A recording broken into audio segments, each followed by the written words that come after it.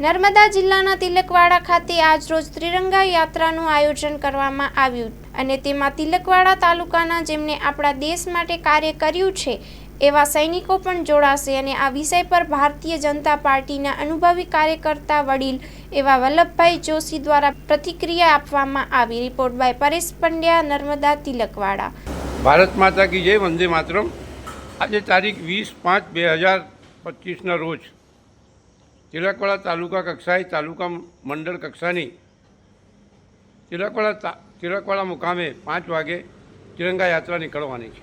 ભારતીય સેનાએ આપણા વડાપ્રધાન શ્રી નરેન્દ્ર મોદીની આગેવાનીમાં જે શૌર્ય દાખ્યું છે, કાશ્મીરના આતંકવાદી હુમલાનો જવાબ આપ્યો છે અને જે રીતના પાકિસ્તાનમાં ઘૂસી જઈને એમના ઠોર ઠેકાણાને નાબૂદ કર્યા છે, તોડી નાખ્યા છે, ડિસ્ટ્રોય કરી નાખ્યા છે। એ શૌર્યને વધારવા, એમને અભિનંદિત કરવા, એમને અભિનંદન આપવા દેશભક્તો સ્વમેળે તિરંગા યાત્રાઓ કાઢી રહ્યા છે સમગ્ર ભારતમાં। એવી જ તિરંગા યાત્રા નર્મદા જિલ્લામાં બધા જ મંડળો પર નીકળી છે, જિલ્લા કક્ષાએ પણ થઈ છે, તિલકવાડા તાલુકામાં આજે છે।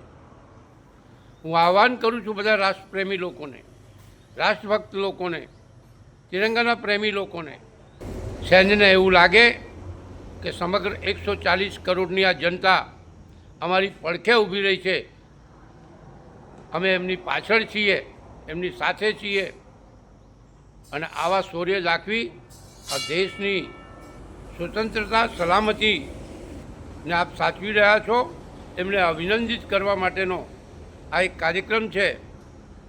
એવા શુભ અવસર પર સમગ્ર તાલુકાની પ્રજાને હું આહ્વાન કરું છું કે આપ સૌ આજે 5 વાગે તિલકવાડાની આ યાત્રામાં જોડાઓ અને ખૂબ મોટી સંખ્યામાં ક્યાંક જાણે અજાણે પાકિસ્તાનીઓ કે આવા આતંકવાદીઓ જુએ તો એમને ખ્યાલ આવે કે આ દેશની પ્રજા આ સૈન્ય સાથે છે, માટે આ સૈન્ય ખૂબ તાકાતથી અમને જવાબ આપી રહ્યું છે, એવું આતંકવાદીઓને થવું જોઈએ।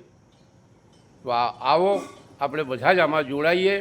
હું વલ્લભ જોશી, પૂર્વ મહામંત્રી, ભારતીય જનતા પાર્ટી નર્મદા તાલુકો તિલકવાડાથી બધાને પુનઃ એકવાર આમંત્રણ આપી મારી વાત પૂરી કરું છું। અસ્તુ, ભારત માતા કી જય, વંદે માતરમ।